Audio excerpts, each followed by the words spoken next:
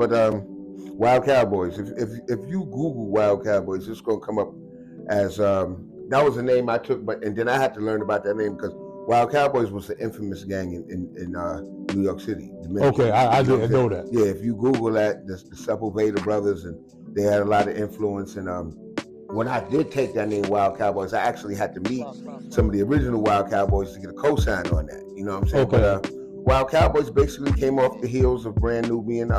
We had done the All For One album, and then me and Jamar did a couple of albums. And like I told you previously, being that I was a solo artist, you know, I still wanted to pursue some of my solo stuff. I was living in the Bronx at the time, Fordham Hill, heavily influenced by like one of my great friends, Diamond D.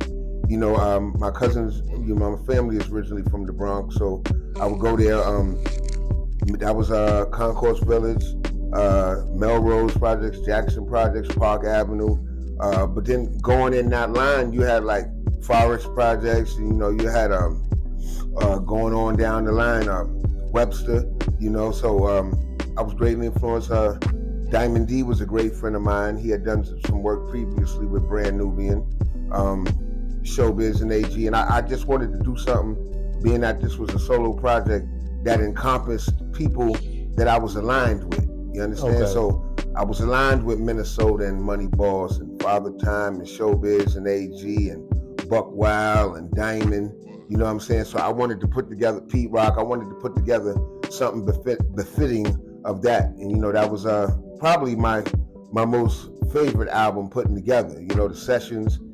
You know, that was still in the era of actually going to the studio, booking studio time, still having a lot of dudes in the studio. You know, as years go by, that number slims down, but a lot of dudes in the studio. My man Bird used to come, we'd be in the studio making songs. He'd be giving out haircuts and drink smoking girls. So, you know, that album was a vibe. You understand? That Wild Cowboys album was a vibe. If I had to do it again, I wouldn't have put out the Hang 'em High video first. I would have probably put out something else.